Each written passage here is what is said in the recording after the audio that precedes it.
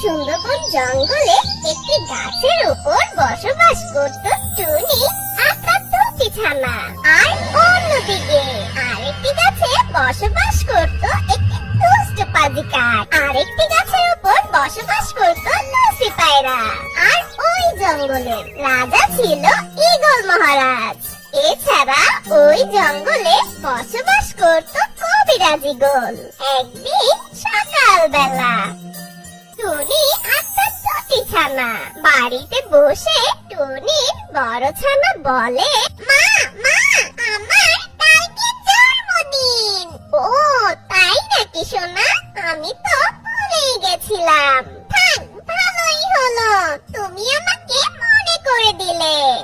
মা মা, তুমি আমার জন্মদিন এবার অনেক বড় করে করো মা। হ্যাঁ আমার ছোট্ট সোনামণি, আমি কিছুদিন যাবত একটু একটু করে অনেক টাকা জমিয়েছি। এবার তোমার জন্মদিনটা অনেক ধুমধাম করে উদযাপন করব। Hip hip hooray! মা আমার জন্মদিন পালন করবে। কি মজা কি মজা! মা তুমি কি জঙ্গলে সব পাখিদের আমার জন্মদিনে দাওয়াত করবে? হ্যাঁ আমার ছোট্ট সোনামণি, আমি আজই গিয়ে সবাইকে দাওয়াত করে আসবো। আর কালকে অনেক বড় করে একটি অনুষ্ঠান করব।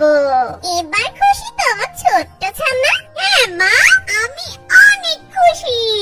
আচ্ছা ঠিক আছে আমার সোনামণি, তোমরা বাসায় থাকো, আমি যাই দোকানে গিয়ে কেকের অর্ডারটা দিয়ে আসি। একথা বলে টুনি চলে যায় বাজারের উদ্দেশ্যে।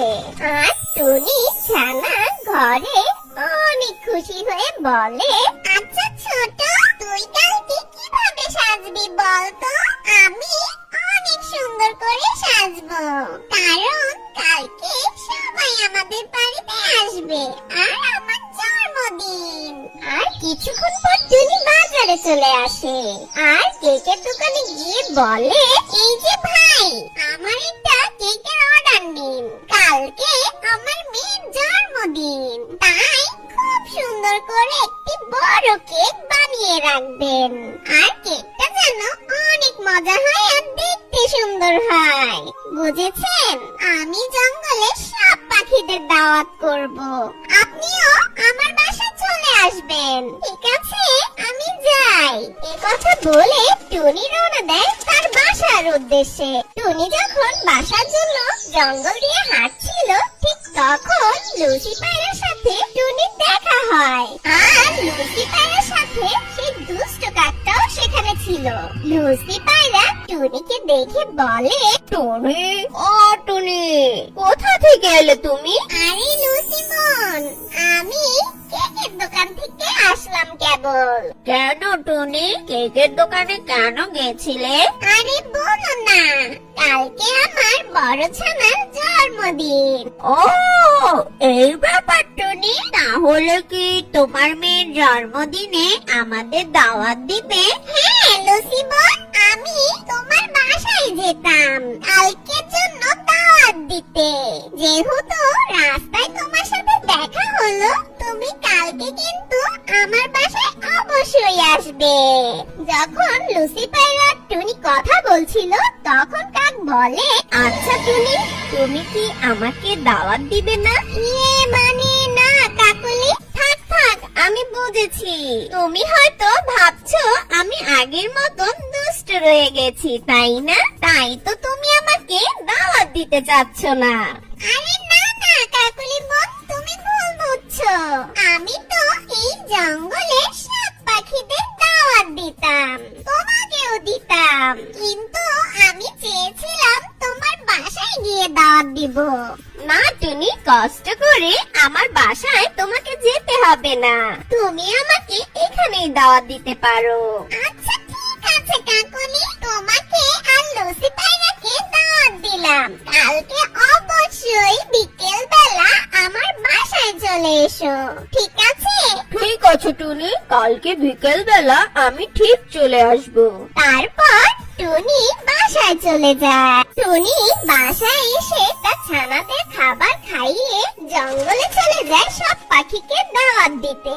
প্রথমে টুনি মিষ্টি টিয়ার বাসায় যায়। মিষ্টি টিয়াকে টুনি বলে, টিয়া বোন, আমার বড় ছানাটার কালকে জন্মদিন, তাই আমার ছানার জন্মদিন উপলক্ষে আমি তোমাকে দাওয়াত দিতে এলাম। আচ্ছা ঠিক আছে টুনি, আমি কালকে বিকেল বেলায় তোমার বাড়ি চলে যাব। তারপর টুনি মিষ্টি টিয়ার সাথে কথা শেষ করে চলে যায় ঈগল মহারাজের উদ্দেশ্যে। মহারাজের বাসায় এসে টুনি বলে, ঈগল মহারাজ, আমার বড় ছানাটার কালকে জন্মদিন, তাই আপনাকে আর ঈগল রাজপুত্রকে দাওয়াত দিতে এসেছি কালকে বিকেল বেলায়। আপনারা দুজন আমার বাসায় আসবেন। এই কথা শুনে ঈগল মহারাজ বলে, কি বলিস টুনি, তোর ছানাদের জন্মদিন কাল? ঠিক আছে, আমি আর আমার ছেলে সঠিক সময় চলে যাব তোদের বাসায়। তারপর টুনি চলে যায় ঈগল কবিরাজের কাছে। ঈগল কবিরাজের বাসায় এসে টুনি বলে, কবিরাজ মশাই, ও কবিরাজ মশাই, কালকে আমার বড় ছানার জন্মদিন, তাই আমি আপনাকে দাওয়াত দিতে এসেছি। এই শুনে ঈগল কবিরাজ বলে, কি বলিস টুনি, জন্মদিন কাল? ঠিক আছে, আমি সঠিক সময় চলে যাব তোদের বাসায়। আচ্ছা ঠিক আছে কবিরাজ মশাই, তাহলে আমি চলে গেলাম, ঠিক সময় মতন আপনি চলে আসবেন। এই কথা বলে টুনি চলে যায়। পরের দিন সকালবেলা টুনি তার ছানাদের বলে, আমার ছোট্ট সোনামণিরা, তোমরা বাড়িতে থেকো, আমি বাজারে যাই। কালকে তোমার কেকের অর্ডারটা দিয়ে এসেছি, আমি গিয়ে তোমার কেকটা নিয়ে আসি, তারপর বাড়িটা সাজাতে হবে। আর এ কথা বলে টুনি চলে যায় কেকের দোকানের উদ্দেশ্যে। আর টুনি কেকের দোকানে গিয়ে কেকটা নিয়ে বাড়ি চলে আসে। আর বাড়িতে এসে টুনি খুব সুন্দর করে ঘর সাজায়। আর বিকেল বেলা ঈগল মহারাজ আর ঈগল রাজপুত্র সাথে মিষ্টি দিয়ে লুসি পায়রা আর কাকও চলে আসে।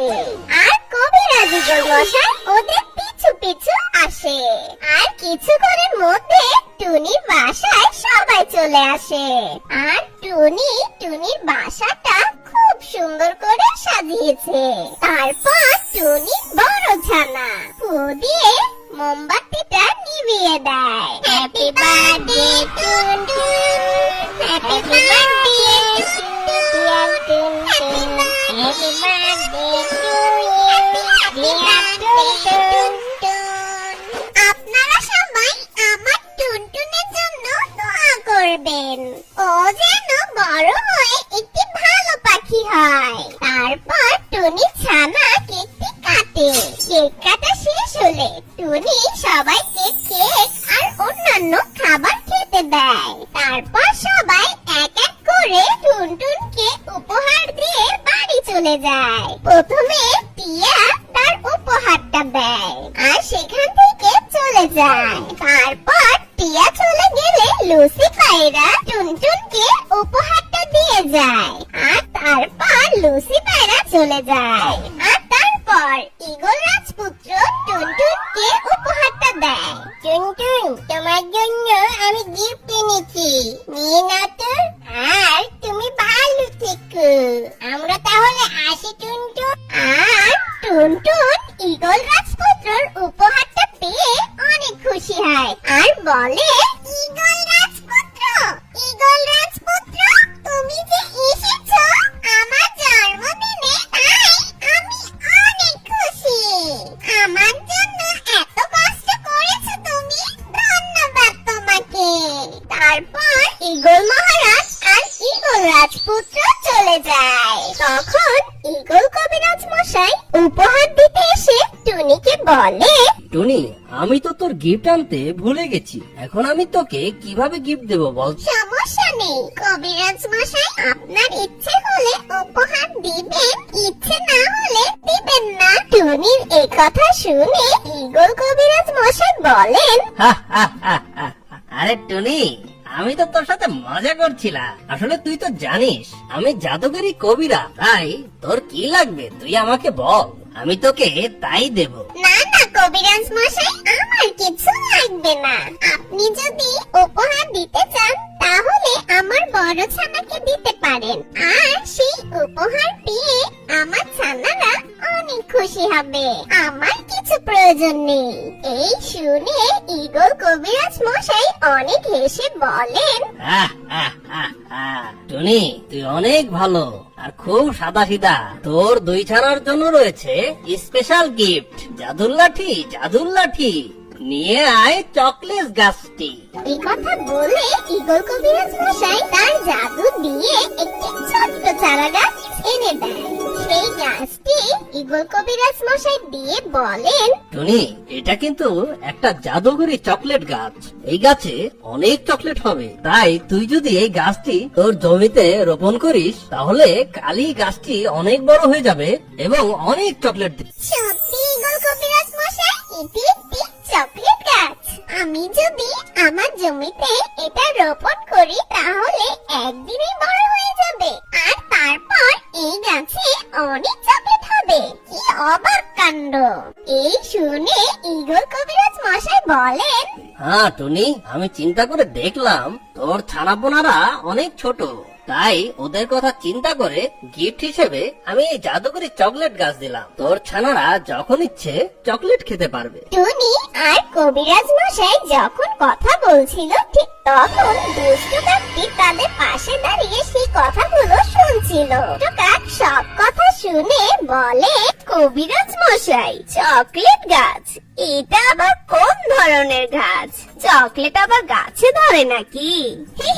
ঈগল কবিরাজ মশাই বলে, আরে দুষ্ট কাক, এটা একটা জাদুকরি চকলেট গাছ, আর তুই জানিস না আমি জাদুকরি কবিরাজ, তাই এই গাছে চকলেট হবেই। ধুর, এগুলো কি বলছেন? এটা আবার চকলেট গাছ, চকলেট নাকি আবার গাছে হয়? হা হা হা, আপনার কথাগুলো শুনে আমার খুব আনন্দ হচ্ছে। আচ্ছা যাক গিয়ে, কবিরাজ মশাই টুনি ছানাকে একটা বুঝ দিল। তো আমি টুনি তোমার ছানার জন্য এই উপহারটা এনেছি, এটা রাখো। এ কথা বলে কাক টুনিকে একটি উপহার দেয়। তারপর টুনি বাসা থেকে ঈগল কবিরাজ আর কাক চলে যায়। আর অন্যদিকে টুনি তার ছানাদের নিয়ে জমিতে গিয়ে সেই জাদুর চকলেট গাছটি রোপণ করে দেয়। আর গাছটি রোপণ করে টুনি আর তার ছানারা বাড়ি চলে যায়। পরের দিন সকালবেলা টুনি তার ছানাপোনা নিয়ে জমিতে যায়। আর তারা জমিতে এসে দেখে কবিরাজ মশাই সেই চকলেটের সেই ছোট্ট গাছটি এক রাতে অনেক বড় হয়ে গেছে। আর সেই গাছে অনেক চকলেট হয়েছে। চকলেট গুলো দেখতে সেই লোভনীয়। ওরে, কি মজা, কি মজা! আমাদের গাছে চকলেট হয়েছে। মা, দেখেছো আমাদের গাছে কত চকলেট হয়েছে? হ্যাঁ আমার সোনামণি, আমি দেখেছি। কবিরাজ মশাই সত্য বলেছে, এই গাছে অনেক চকলেট হয়েছে। এটা একটি জাদুর চকলেট গাছ আমার সোনারা। তারপর টুনি সেই চকলেট গাছ থেকে কিছু চকলেট পেড়ে তার ছানাদের দেয়। আর তারপর টুনি দুই ছানা অনেক মজা করে সেই চকলেট খেতে থাকে। তারপর টুনি আর তার ছানাপোনা বাড়ি চলে যায়। আর কিছুক্ষণ পর কাক সেই রাস্তা দিয়ে বাজারে যাচ্ছিল। কাক কিছু দূর যেতে না যেতেই দেখে টুনি জমিতে একটি বড় চকলেট গাছ হয়েছে। আর সেই গাছে অনেক অনেক চকলেট হয়েছে। আর তারপর কাক সেই চকলেট গাছের নিচে যায়। গিয়ে কাক বলে, আরে আমি কি দেখছি, গাছে তো অনেক চকলেট হয়েছে। এ তো মিরাক্কেল হয়ে গেল, টুনির জমিতে চকলেট গাছ। তার মানে ঈগল কবিরাজ সত্যি বলেছে। এখন তো টুনির ছানারা অনেক মজা করে অনেক চকলেট খাবে। না, এটা তো কিছুতেই হতে দেওয়া যায় না। আমিও খাবো চকলেট, তবে আমার চকলেট গাছ থেকে। আর কোনো পাখিটা চুরি করব না। কিন্তু কবিরাজ মশাইকে সরাসরি যদি আমি চকলেট গাছ দিতে বলি, তাহলে সে তো আমাকে চকলেট গাছ দিবে না। কিছু একটা বুদ্ধি বের করতে হবে, কিভাবে যে টুনির মতন কবিরাজ মশাই থেকে চকলেট গাছ নিব। তখন কাক ভাবতে থাকে টুনির মতন তারও একটি চকলেট গাছ কিভাবে হবে। তখন কাকের মাথায় একটি বুদ্ধি আসে, আর সে বলে, হি হি হি, পেয়েছে একটি বুদ্ধি। টুনির মতন আমিও কবিরাজ মশাই থেকে একটি চকলেট গাছ নিব। কিন্তু টুনির মতন আমি বোকা না, এই জঙ্গলের কোনো পাখিকে আমি দাওয়াত দিব না, শুধু ঈগল কবিরাজকে দাওয়াত দিব। হি হি হি, কারণ এই জঙ্গলে সব পাখিরা জানে আমার জন্মদিন কবে, কিন্তু কবিরাজ মশাই তো জানে না। আমি গিয়ে কবিরাজ মশাইকে মিথ্যা বলবো আমার কাল জন্মদিন, আমার বাসায় আসবেন। তখন কবিরাজ মশাই থেকে উপহার হিসেবে আমিও চকলেট গাছ চাইবো। টুনি, তোর ছানারা একাই চকলেট খাবে, এটা আমি দেখে কিভাবে সহ্য করি। এখন আমিও চকলেট খাবো। যাই গিয়ে কবিরাজ মশাইকে আমার মিথ্যা জন্মদিনের দাওয়াতটা দিয়ে আসি। তারপর কাক কবিরাজ মশাই বাড়ির উদ্দেশ্যে রওনা দেয়। কিছুক্ষণ পর কাক কবিরাজের বাড়ি চলে যায়। কাক কবিরাজ মশাই বাড়ি এসে বলে, কবিরাজ মশাই, আমার কালকে জন্মদিন, আপনাকে আমার বাসায় দাওয়াত দিতে এসেছি। এই শুনে কবিরাজ মশাই বলে, কি বলছিস কাক, তোরও কি কাল জন্মদিন? হ্যাঁ কবিরাজ মশাই, কালকে আমার বাসায় সকালবেলা আপনি চলে আসবেন। ঠিক আছে কাক, আমি তোর বাসায় সঠিক সময় চলে যাব। তারপর কাক কবিরাজ মশাইকে দাওয়াত দিয়ে সেখান থেকে চলে যায়। পরের দিন সকালবেলায় কবিরাজ মশাই কাকের বাসার উদ্দেশ্যে রওনা দেয়। আর কিছুক্ষণ পর কবিরাজ মশাই কাকের বাসায় চলে আসে। আর কাকের বাসায় এসে কবিরাজ মশাই দেখে কাক তার বাসায় ছোট্ট একটি কেক নিয়ে দাঁড়িয়ে আছে। আর কাকের বাসায় অন্য কোনো পাখি নেই, শুধু কবিরাজ মশাই একা এসেছে। এই দেখে কবিরাজ মশাই বলে, কিরে কাক, তুই একা কেন? আর কাউকেই তো দেখতে পাচ্ছি না। তখন কাক আরেকটি মিথ্যে কথা বলে, মানে কবিরাজ মশাই সবাই এসেছিল, সবাই তো বড় কেকটা কেটে চলে গেছে, আপনার আসতে দেরি হয়েছে, তাই আপনার জন্য আলাদাভাবে আমি ছোট্ট কেকটি রেখেছি, তাই আপনি কাউকে দেখতে পাচ্ছেন না। ও ঠিক আছে কাক, তাহলে চল কেক কাটা শুরু করি। আর তারপর সেই দুষ্ট পাজি কাকটি কেকটা কাটে। কেকটা কেটে কবিরাজ মশাই কেকটা খেয়ে নেয়। আর তখন কাক কবিরাজ মশাইকে বলে, কবিরাজ মশাই, মানে বলছিলাম কি, আমার জন্মদিনের উপহারটা কোথায়? আরে কাক, তুই এত পাগল হচ্ছিস কেন? গিফট তো দিবই। বল বল, তুই কি চাস? মানে টুনিকে যে চকলেট গাছটা দিয়েছেন, সেই চকলেট গাছটা আমাকেও দিন।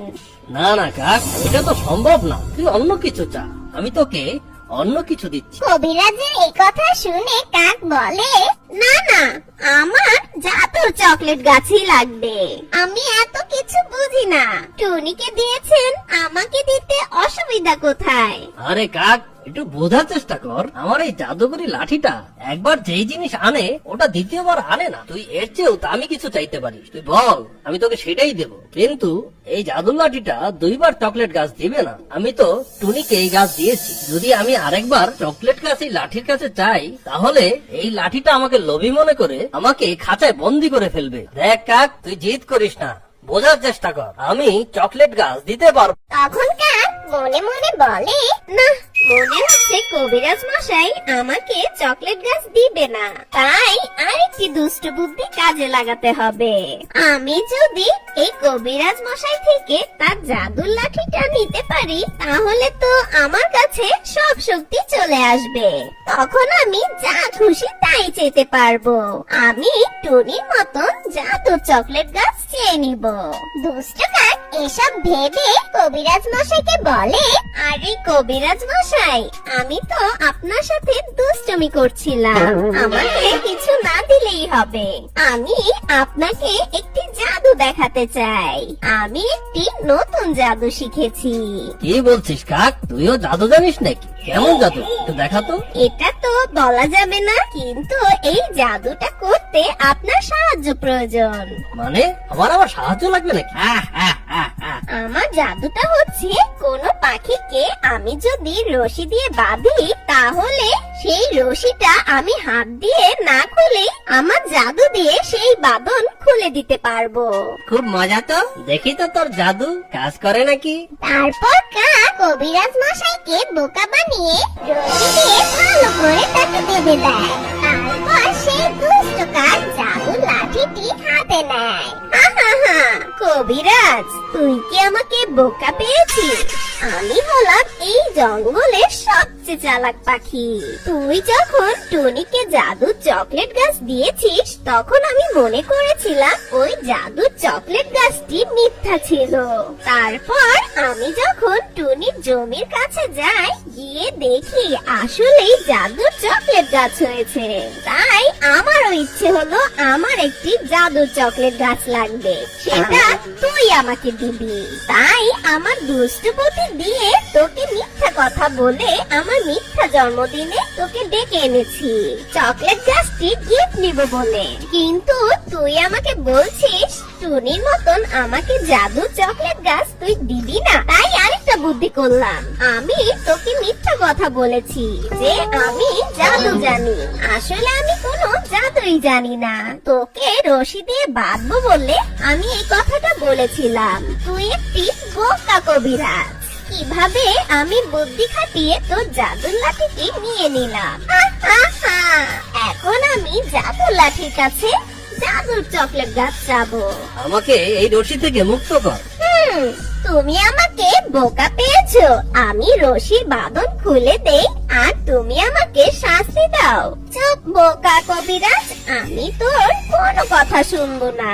এখন থেকে এই জাদুর লাঠিটি আমার। আমি এখন টুনির মতন জাদুর চকলেট গাছ চাইবো, আর তারপর আমার জমিতেও একটি জাদুর চকলেট গাছ হবে। কি মজা, আমি চকলেট খাবো।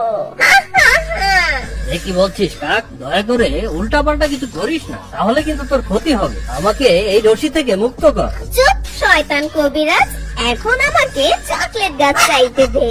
জাদুর লাঠি, জাদুর লাঠি, আমার চাই জাদুর চকলেট গাছ। এ কথা বলতে না বলতে জাদুর লাঠিটি কাকের হাত থেকে উপরে উঠে সেখান থেকে জাদু বের হয়ে কাককে খাঁচায় বন্দি করে ফেলে। আর তারপর জাদুর লাঠিটি কবিরাজ মশাই সেই বাঁধন খুলে দেয়। হায় হায়, এ কি হলো? আমি খাঁচায় বন্দি হলাম কি করে? এ কি, তার মানে আমার বুদ্ধিতে আমি নিজেই ফেসে গেলাম। কোনো কাজেই এলো না আমার দুষ্ট বুদ্ধি। অন্যের জন্য কুয়া খুঁজলে সেই কুয়ায় নিজেই পড়তে হয়। দুষ্ট কাক, আমি তো তোকে আগেই বলেছিলাম এক জিনিস দুইবার চাওয়া যায় না, তাহলে জাদু লাঠিটা কাজ করবে না। প্রথমবার আমি চেয়েছিলাম, আমার চাওয়াটা ছিল সৎ, আর আমার চাওয়া ছিল টুনির পাখির জন্য। আর তুই ওই একই জিনিস আবার চেয়েছিস, তাও আবার জোর করে। তাই দ্বিতীয়বার এই লাঠিটা তোকে লোভী ভেবে তোকে শাস্তি দিয়েছে। আর আমাকে মুক্ত করে দেওয়ার কারণ, আমি এই লাঠিটাকে সবসময় ভালো কাজে ব্যবহার করেছি, সৎ কারো জন্য। জাদুর লাঠি তাদের কাছে ফিরে গেছে যে সৎ ছিল। আমি কখনো কারোর জন্য অসৎ বা লোভী কাজ করলে এই জাদুর লাঠিটা আমার ওস্তাদের কাছে চলে যাবে।